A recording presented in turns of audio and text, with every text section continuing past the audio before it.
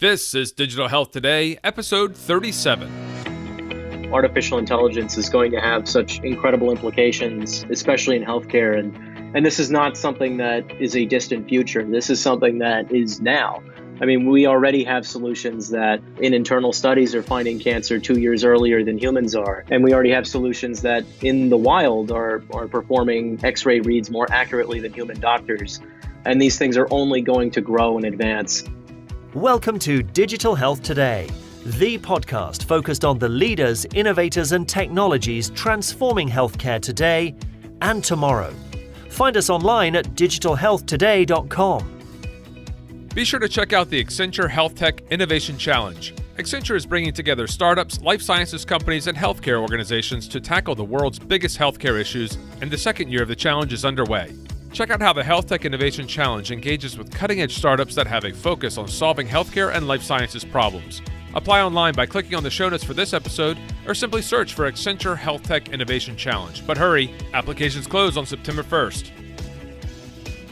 Welcome back. This is Digital Health Today, the place to be to get the insights of leaders working to make the healthcare of tomorrow available today. I'm your host, Dan Kendall, and this is episode 37.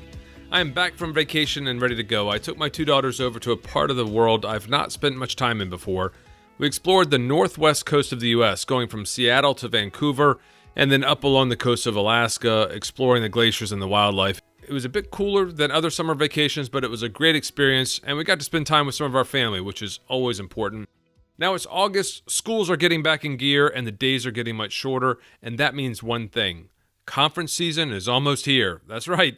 Lots of great meetings coming up this year, and there are so many that I don't want to miss. I'm just looking at our events page here. I see some great meetings like Leslie Saxon's Body Computing Conference. That's coming up on the 22nd of September. That's a great one-day meeting. You can hear from Leslie and some of the work she's doing at USC in episode 9. Health 2.0 is also coming up in October. That's the 1st to the 4th. In fact, we've got Matthew Holt, who's known on the Twitters as @BoltyBoy. He's the co-founder of Health 2.0, and he's joining us in an upcoming episode. And he's going to encourage me to change the name of this show, I fear, from Digital Health Today to Smack Health Today. He'll explain all that when he's here on the podcast. A lot further east, over in Estonia, in fact, is the eHealth Tallinn meeting. That's the 16th to the 18th of October. You can hear about some of the incredible work being done in Estonia in episode 28 with Aina Vikso. And there's so many other great meetings. For example, the Exponential Medicine Conference by our friend Dr. Daniel Kraft. That's on the 5th to the 8th of November out in sunny San Diego. We've also got Frontiers Health on the 16th to the 17th of November in Berlin. The list goes on. Check out all these and more on our events page, digitalhealthtoday.com/events. And if you have an event, be sure to go and enter it into our site. It's free to add your event to that page. So check it out, digitalhealthtoday.com/events. Our guest in this episode is Kevin Lyman, an extremely talented entrepreneur and computer scientist based out of San Francisco. He's worked at companies ranging from Hasbro Toys to Microsoft and SpaceX, and he's founded several companies of his own as well. Now he's applying his ability to create leading products to the healthcare sector, and he's the COO and Lead Scientist for Enlitic, a startup that develops deep learning products to make doctors faster and more accurate. Kevin and I met at the Cube Tech Fair, which was held in Berlin, Germany in May of this year, and he pitched his company, Enlitic, to the one and only Steve Wozniak of Apple fame. That competition landed his company the grand prize of 1 million euros. Kevin's going to tell us about that experience, as well as help break down some of the details and capabilities of artificial intelligence. And he's going to explain the differences between machine learning and deep learning. Don't worry, you don't have to be a computer scientist to understand this conversation, but with so many terms floating around for a set of technologies that is on track to be the most significant development of our lifetime, we need to peel back the curtain a little bit on AI to understand what it is a little bit better. Then we get into how all this is making an impact in healthcare and how people and organizations are collaborating to create and implement new solutions. Be sure to get all the show notes, videos, and links at our website at digitalhealthtoday.com/37. While you're there, please take a second to subscribe to the podcast. You can do that right from your phone. Just visit the website, look for your preferred platform on the podcast page, and select the Apple, SoundCloud, or Stitcher icons, whatever you prefer, and you can subscribe to this podcast right there. Okay, now let's tune into the conversation with Kevin Lyman. Kevin, thanks for joining me. Welcome to the program. Well, thank you for having me. Kevin, I've told the listeners a little bit about you. Can you fill in some of the blanks and tell me a bit about your personal journey?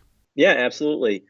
I guess I kind of started in engineering and computer science in high school. I had the experience at a very young age to build a lot of really cool stuff. And that really got me into the importance of actually making things and applying them to important problem solving.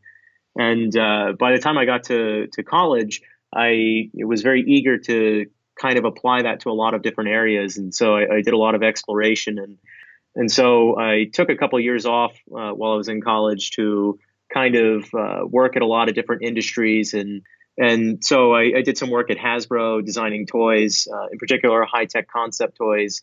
And then I went to SpaceX, where I did electronic sensor design for the Falcon rocket and the Dragon space capsule. And from there, I went to Microsoft. I worked on Excel, particularly as a program manager, with a focus on redesigning user interfaces and user experiences. With all that experience, I had started a few companies. So I had started a consulting firm with my friends. And we had a big focus there on winning a lot of business plan competitions and hackathons and related competitions, and eventually wound up using all of those winnings to start a couple of other companies of our own. I had raised some money for those companies, which I used to bring them out to San Francisco. And that's where one of my co-founders from the consulting firm had introduced me to Jeremy, the founder of Enlitic.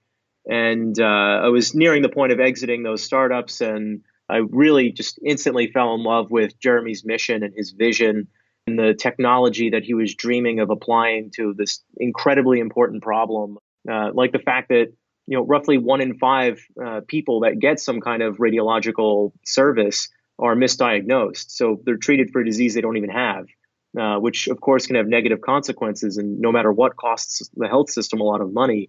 And another quarter of people have their diagnosis missed altogether. You're jumping ahead of me, Kevin. You're answering a bunch of my questions before I even had a chance to ask them. So tell me, when did you actually make then the decision to join Enlitic, and what role did you join as? So I had joined Enlitic almost right after graduating, in around the May timeframe of 2015. And Jeremy had been doing a lot of early development work up to that point, and really had fleshed out a lot of the mission and vision of the company and laid a lot of the groundwork. And I had joined originally as the first forward deployed engineer, having the role of actually going on site and being the person to talk to the doctors and the clinicians and other individuals involved to kind of understand how we can apply our technology to their needs, but then also go ahead and integrate it into their systems and sit with them to make sure that they understand how to use it. And that really put me in a great position to actually understand the problems that we're solving and eventually grow into more of a leadership role. Before that, did you have any experience at all in healthcare? Did you have any sort of personal experience with it, or was that entirely a new discovery when you met Jeremy and heard about the problems that he was working to address and solve with machine learning, deep learning? I definitely had personal experience with it in that I unfortunately come from a family with quite a history of a wide variety of unfortunate diseases.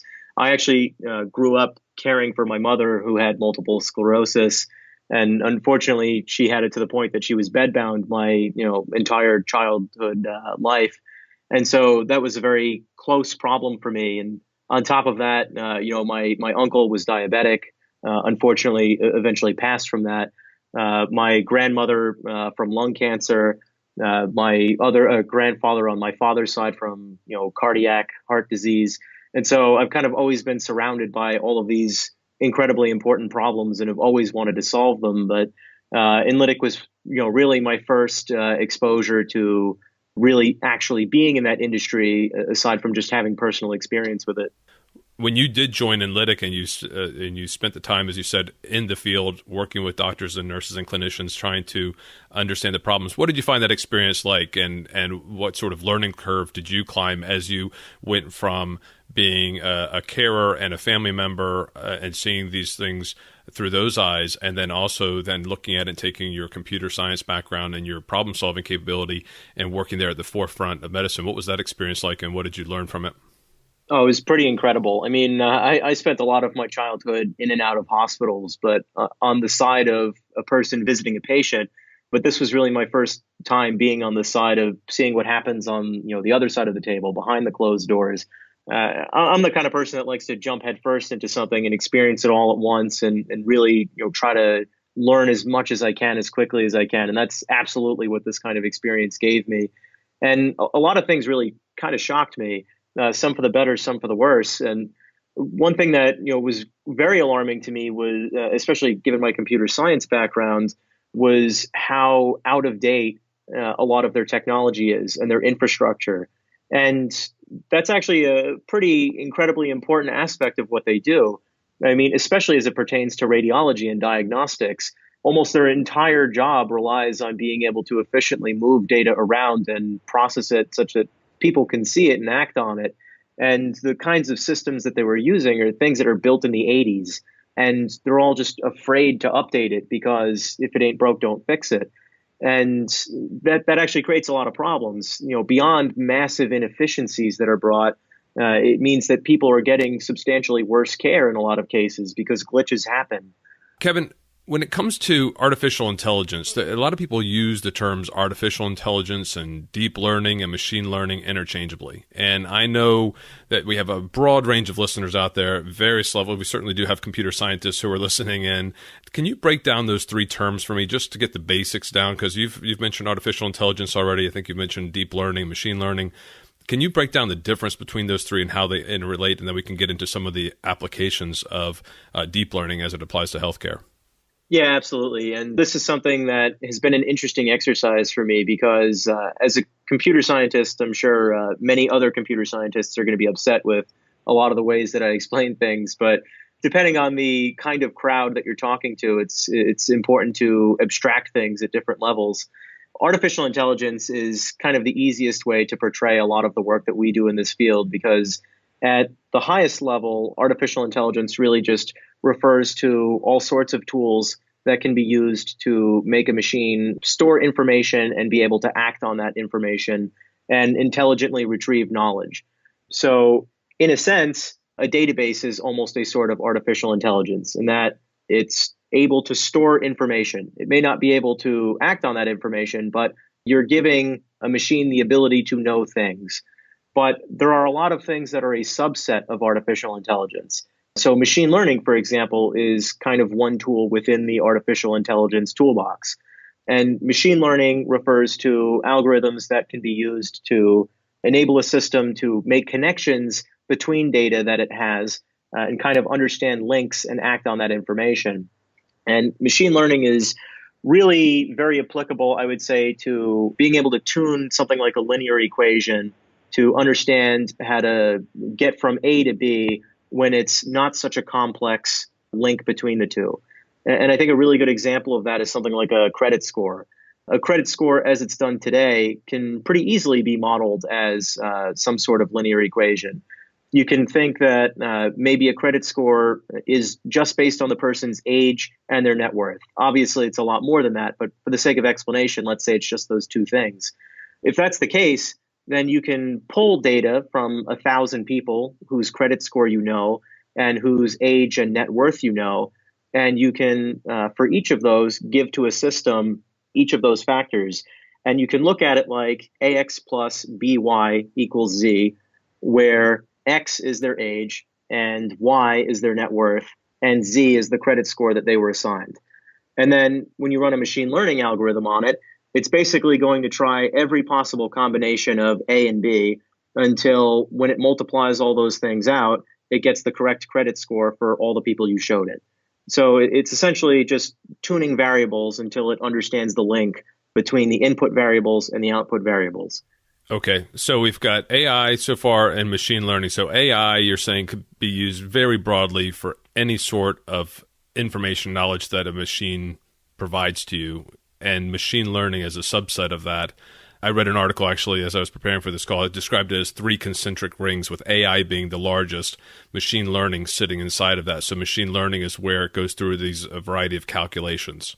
So I know that we can get into really technical descriptions of these, and I don't think we need to write it as a paper.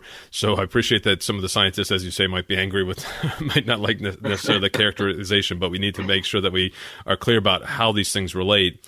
So then we've got deep learning. So what can you tell me about deep learning? So deep learning is the third concentric circle, the one that would be visualized as being inside of the machine learning circle. And deep learning refers to a series of machine learning algorithms that were inspired by the way that the human brain is thought to work. And What we mean by that is that essentially you're training a system to not only look for how to tune variables, but also how to identify those variables in the first place. And it does that by looking at complex data sets and looking at very, very basic representations of the data that it's looking at. So if you input a picture, it might look at every little block of 9 pixels at a time. And it's looking for very simple patterns that probably don't mean anything. But when it sees those patterns, it'll then bubble it up to another layer of calculations that's looking for patterns of patterns. And then when it finds connections there, it'll look for patterns of patterns of patterns, and so on and so forth, until it's able to have a very complex understanding of very basic things. Or maybe even the other way around. But essentially, we say that that's inspired by the way the human brain works, because we actually think that that's pretty much how people see and make sense of the things we're looking at. We understand simple concepts, and we look at patterns of those concepts in order to understand them. That's more or less how deep learning works. And you can see why it's so applicable to so many different things, because it enables us to put in very complicated data and come up with an equation that understands it, even if we as people don't know how to model that with handcrafted rules. Okay, first of all, let's talk about the data, because all three definitions or descriptions that you just provided all relate to data sets. There are challenges around organizing that data. We talk a lot about how data is a valuable asset, but a lot of organizations really don't seem to understand how to leverage the value of that asset. What's missing in terms of their understanding of the data sets, and what are some of the challenges around the quality and the quantity of the data that companies are facing? Well, I think that a big part of the problem is honestly education. It's such a new thing that people just haven't had the time to realize how valuable the data is that they're working with. And so they just haven't put together infrastructures that are able to store it and manage it in a reasonable way. In essence, people just don't realize that pretty much anything that could be data could have some kind of use down the line, especially now that AI systems, particularly with the growth of deep learning algorithms, can be used to replicate or automate a lot of human processes. And I think that as people are starting to realize that, they're starting to put more efforts and more investment into making sure that all of that data is captured. But I would say that once you have that realization, the most important part is to actually start building out the infrastructure to capture it. So anything that stores information, you probably shouldn't be throwing that information out. You should probably be keeping it somewhere, and you should be labeling it with metadata that describes it in a way that in the future we can actually go back and refer to it. And you should be storing all of that information in a format that is easily accessible. Like if it's in some kind of cloud solution, then it's probably pretty likely that in the future it will be easy to access. But if it's all on tape decks that are scattered throughout your basement, then it's probably going to be really hard to access it. And I think that one of the other really important things to realize is that different kinds of data can be used together in ways that you probably didn't realize.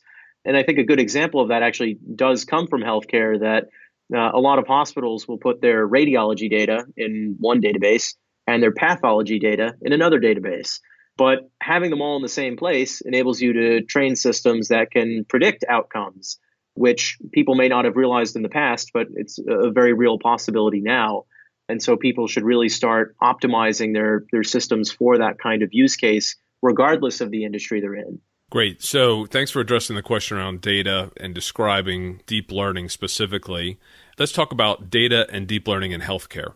What are some of the implications of deep learning in the healthcare space? And then we can lead on to some of the things that you're working on through Enlitic.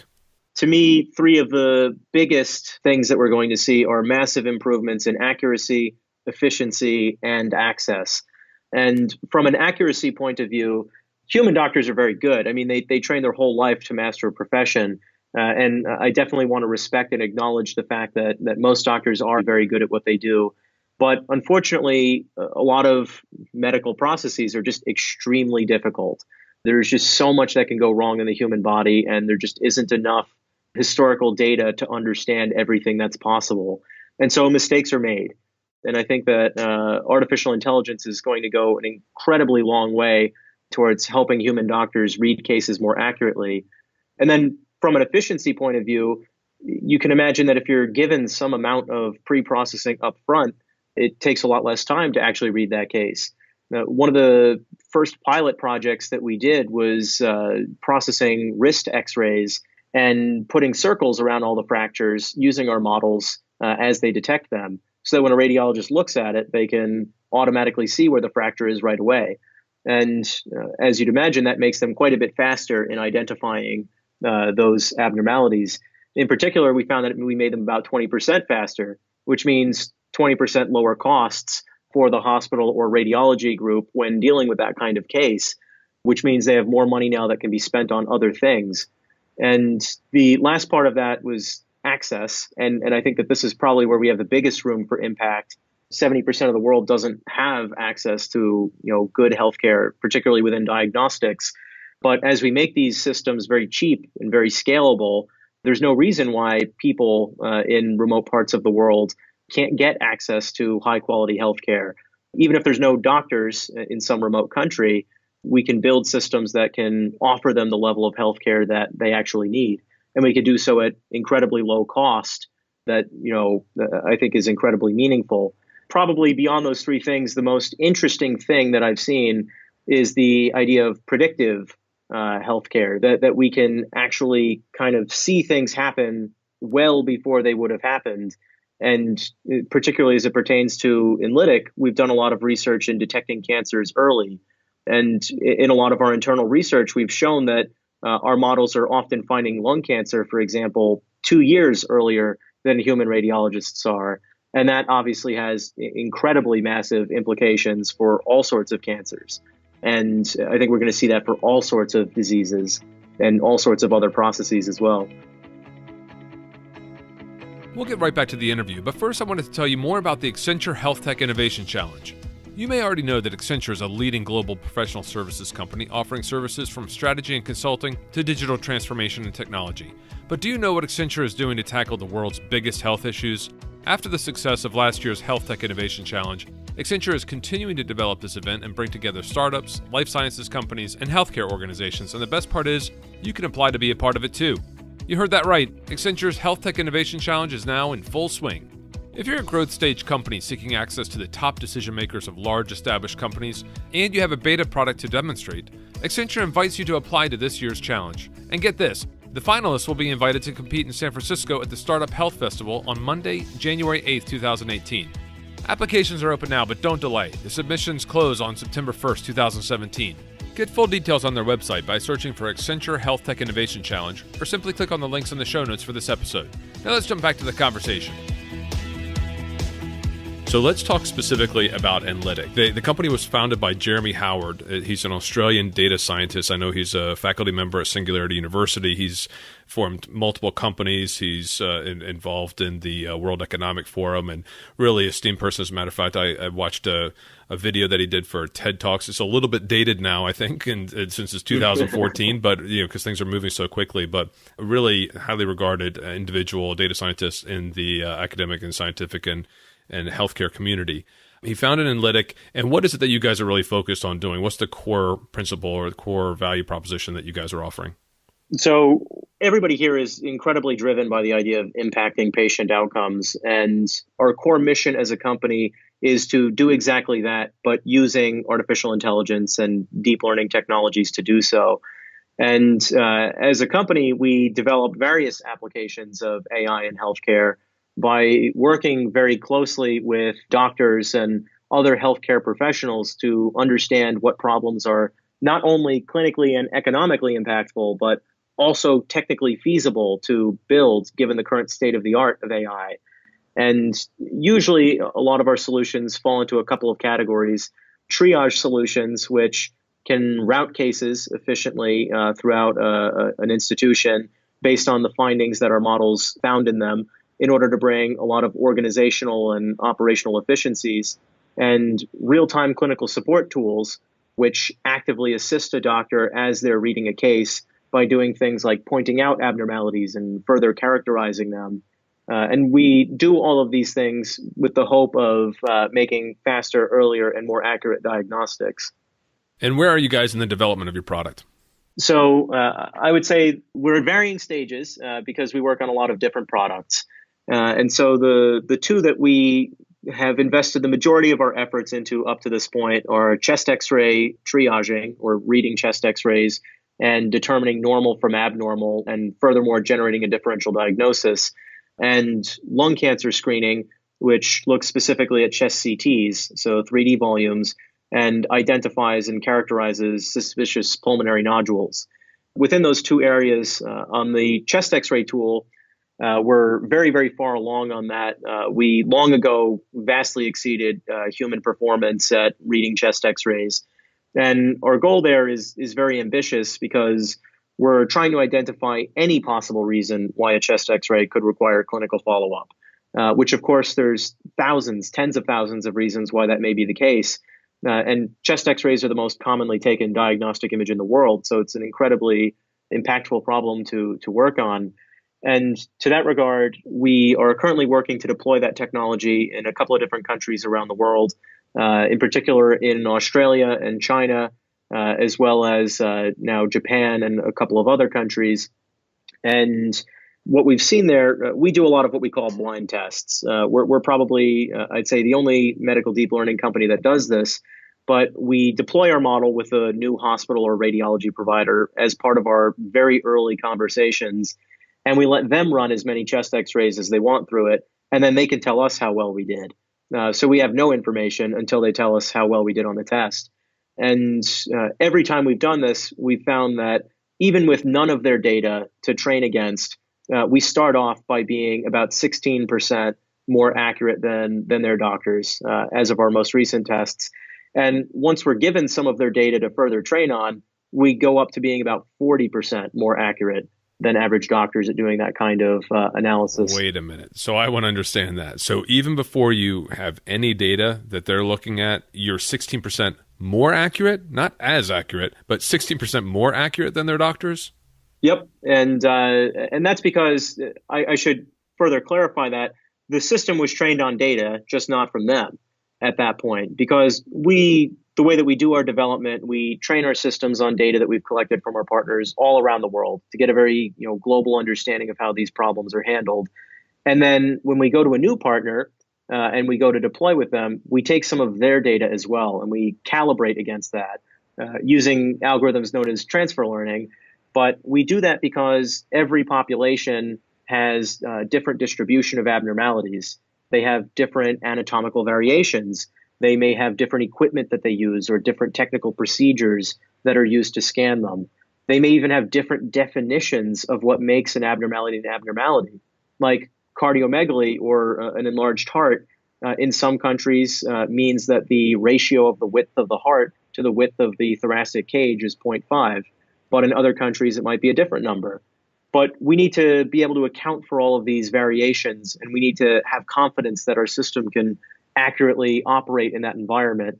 And so we take that data to transfer learn against. But even before that happens, before we've ever seen their population, we see that we're about 16% more accurate. And then once we have the data, it goes up to about 40. That's incredible, Kevin. That's really fantastic numbers and great success there. So have you found that there are any parts of the world that are more open to working with you and more accepting of this sort of technology? Yes. And that's why we've adopted a very global strategy to our development. What it really comes down to is how safe people feel about sharing their data for the use in developing these sorts of systems. I would say that very understandably, a lot of countries in the Western world, like the United States and Canada, are very careful with their data and very much don't want to share a lot of that information. And to that regard, we ensure that everything we do is fully HIPAA compliant. We never look at patient identifier information. All of that is always removed before we do anything. But there's still an air of concern in that area by a lot of hospitals and other groups in that area. Whereas in a lot of other countries, people aren't as concerned or skeptical of new technological systems coming into their infrastructure or their ecosystem.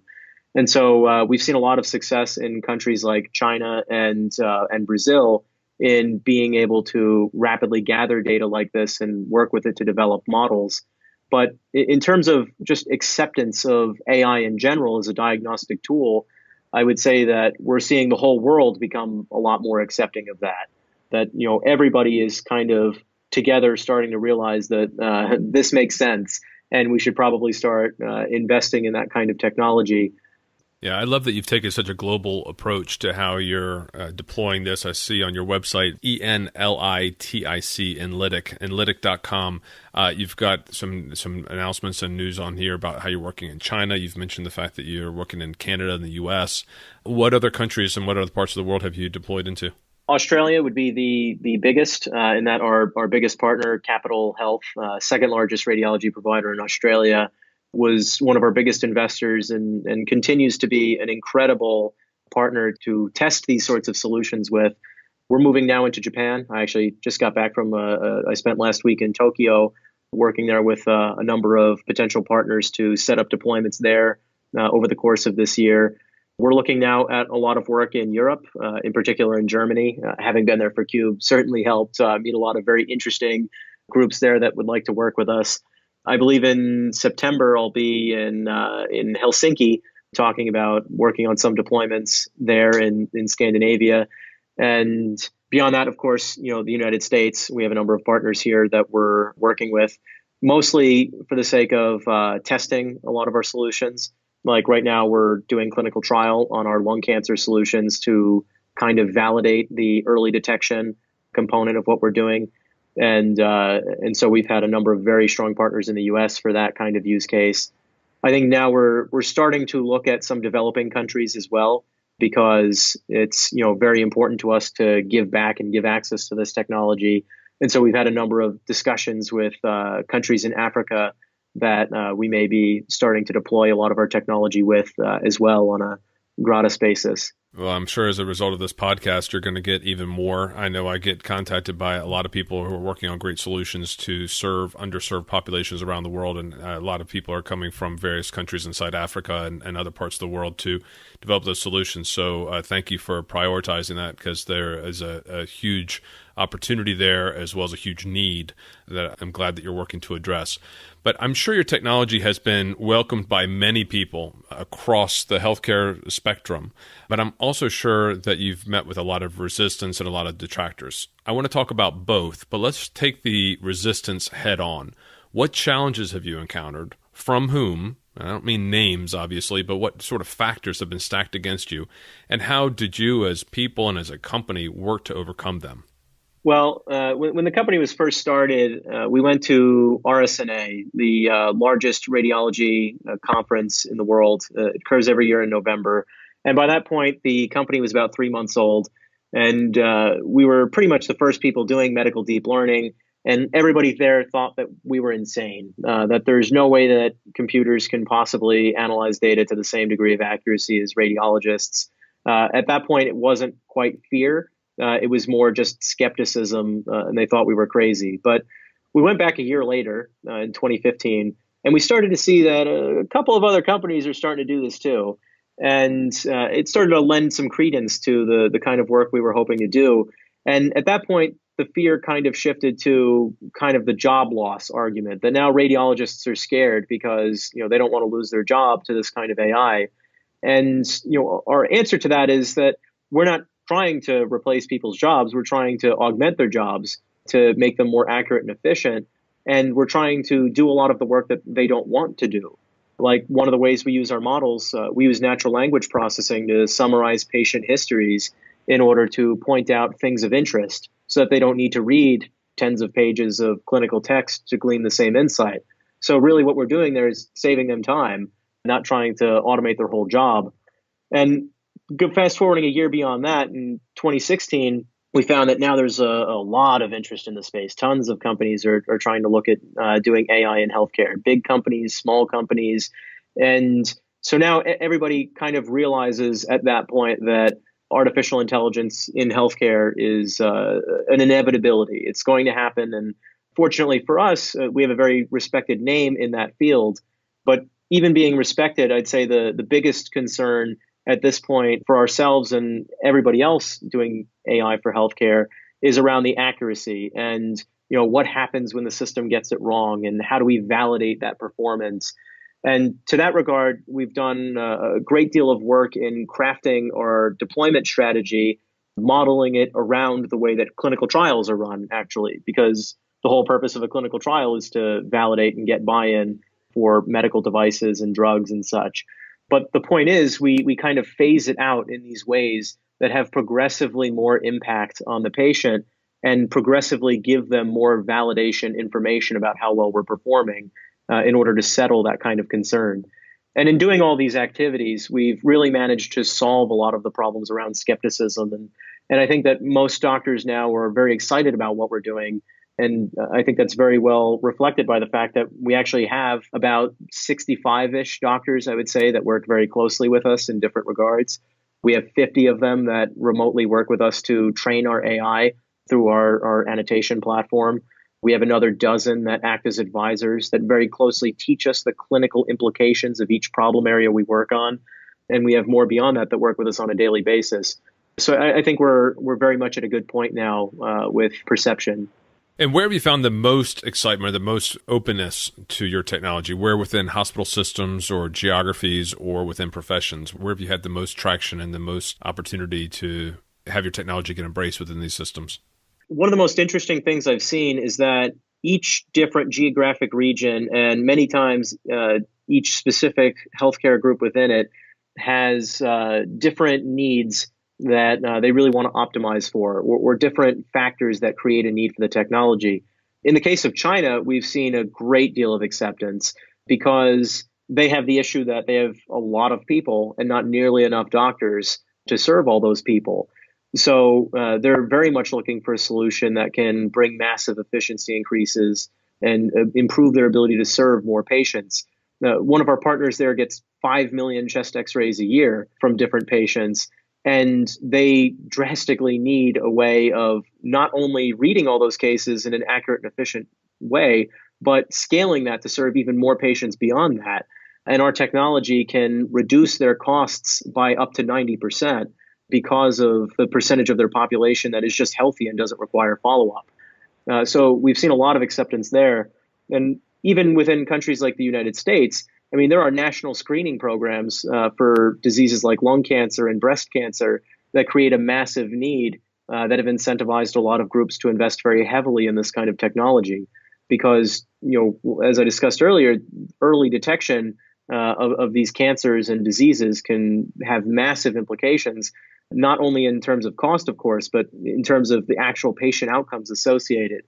So I think our approach of diversifying the problems that we go to solve has enabled us to find a great deal of excitement in a lot of different countries. We have to talk about how we met. So you and I met briefly at the Berlin Cube event that was held in May of this year. And you guys were competing in the startup competition for a €1 million prize. Can you tell me a little bit about that experience? I mean, you actually presented in front of Steve Wozniak. And what I thought was really fascinating about this competition is it was not, you were not competing against other healthcare startups. You were competing against technology solutions that were addressing other industries. And 3 competitors, 3 finalists, of which you guys were one, were pitching to Steve Wozniak to win this €1 million prize. Tell me a little bit about how you found out about the Cube event and what that experience was like going through that in that pretty intense period leading up to that presentation with Steve, and maybe a little bit of what's happened since then. Yeah, absolutely. I mean, to start off, it was an incredible experience. I mean, I had done all these business plan competitions in college, and so finding out about a massive one that applies to the best startups in the world, and of course being judged by Steve Wozniak was just the kind of opportunity I couldn't pass up. And we found out about it because our director of business development, Felix, who was at the competition with me, had gone to a luncheon here in San Francisco and had met somebody from Bayer who had heard of Enlitic and mentioned this competition and told us that we should look into it and try to attend if we could. And so we applied for it and found that we were one of the 250 startups that got to compete. And once we actually got there, we found that we were kind of operating on I'd say a much shorter time frame than we were expecting that we would, because there's 3 days of the competition, 1 day for each round. and you only find out if you got into that round the morning of. And so each one requires a different pitch. The first one was 3 minutes, the second was 5 minutes, the last one was 10 minutes. But one of the very cool things there was just being able to see so many amazing startups from all around the world working on, incredible problems in so many different industries. I mean, we saw companies there doing predictive analytics from vocal patterns, who I believe you've actually had on your show before. We've seen companies there that were doing very advanced work with spectrometry, work in factory automation, in space travel, just really incredible things. I mean, the competition was very advanced, and it was exciting to get exposure to such global networking. Of course, the most incredible aspect of it was, for me, being able to present to a personal hero of mine, Steve Wozniak, was just incredible. I mean, just getting to the finals and being able to be on the same stage as him and talk to him about what we're working on was just such a meaningful experience to me. Obviously, having him declare us the winner and give us €1 million is the kind of thing that I hope I will continue to have experiences that match up to that. It was really incredible. I loved watching you, and I was really thrilled at the opportunity that digital health was really becoming very cool, that these health technologies that you're working on and that many other companies are working on were becoming cool, mainstream, high-impact solutions that are getting the attention and are able to compete on a stage like that with people coming from crop science and the automotive industry and robotics and mapping, and being able to compete in that sort of environment. I mean, there were hundreds. I forget how many. I was one of the judges actually at the competition. There were hundreds and hundreds of companies that went through that process in those 3 days.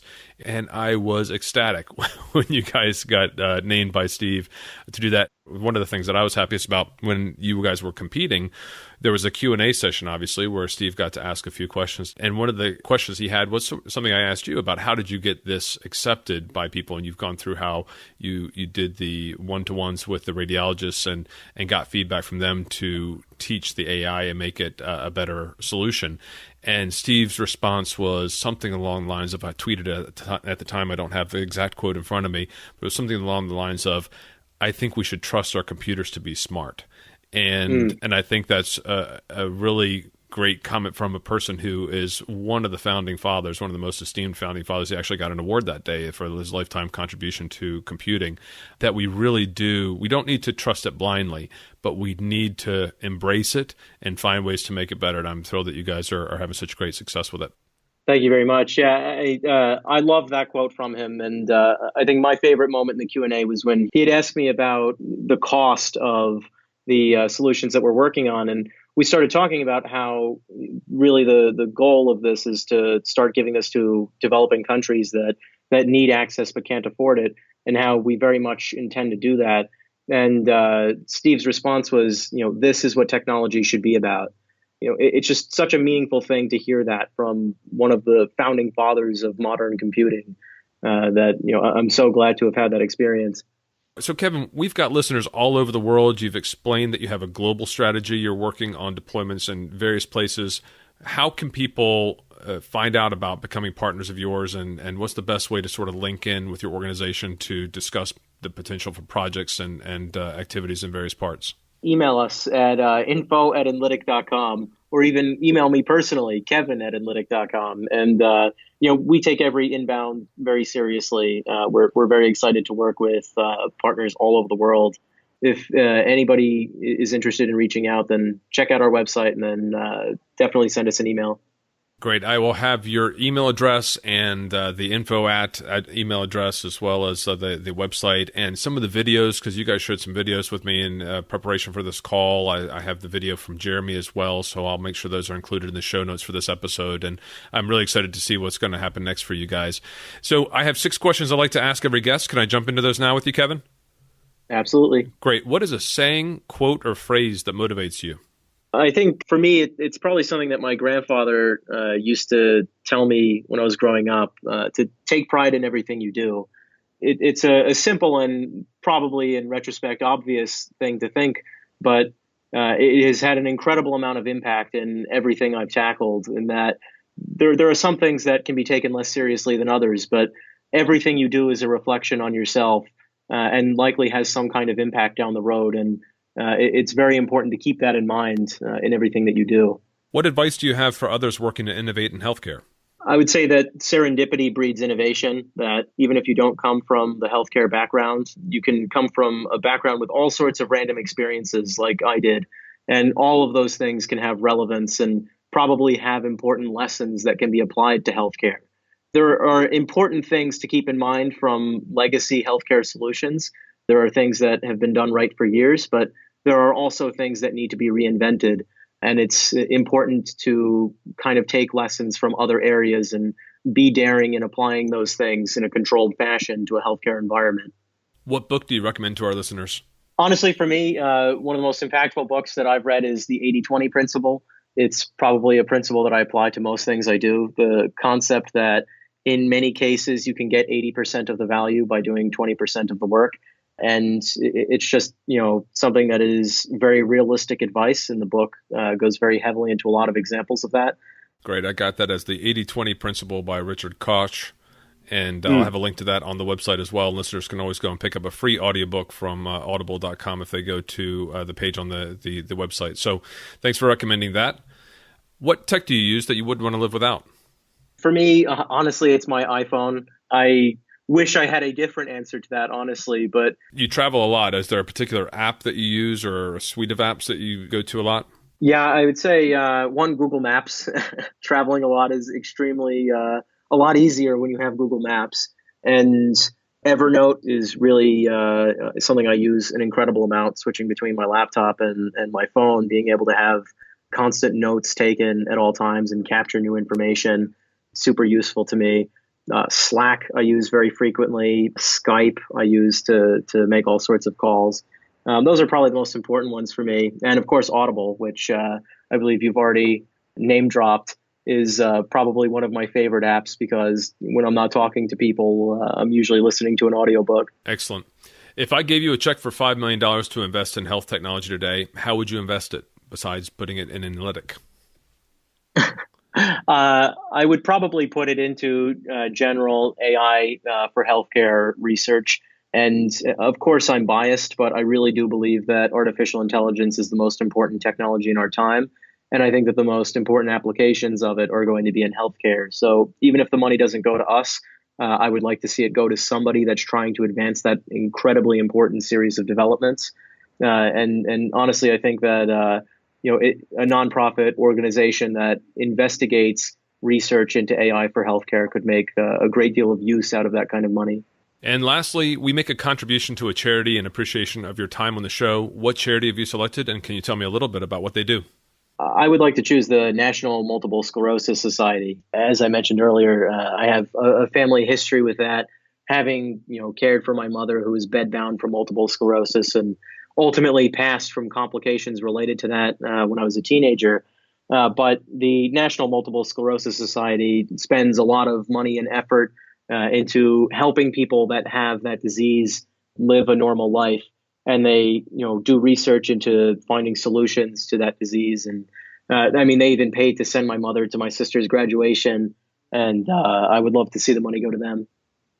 Well, Kevin, I'm sorry to hear about your mother. I, too, have a family history and some experience with that disease and was very active in the New Jersey chapter of the MS Society. So is that where your mother was? Oh, wow.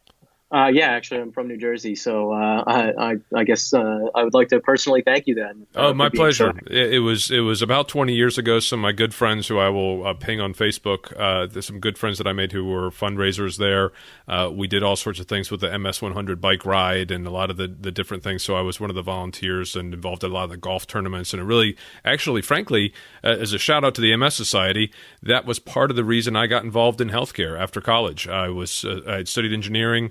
Was working for Siemens and really found that working with healthcare charities and healthcare organizations, I really loved the mission that people had and the purpose that the organizations and supporters of the MS Society had in doing their work. And it gave me the drive to really work more at the forefront of medicine. So absolutely happy to make a gift to them. We'll even make it to the New Jersey chapter since it was the one that helped your mother out. And thanks for nominating them. Well, thank you very much for doing that. Sure. So, Kevin, is there anything else you'd like to share with our listeners before we end? Just to wrap it up, I would just say that artificial intelligence is going to have such incredible implications in so many different industries, but especially in healthcare. And this is not something that is a distant future. This is something that is now. I mean, we already have solutions that in internal studies are finding cancer 2 years earlier than humans are. And we already have solutions that in the wild are performing X-ray reads more accurately than human doctors. And these things are only going to grow and advance.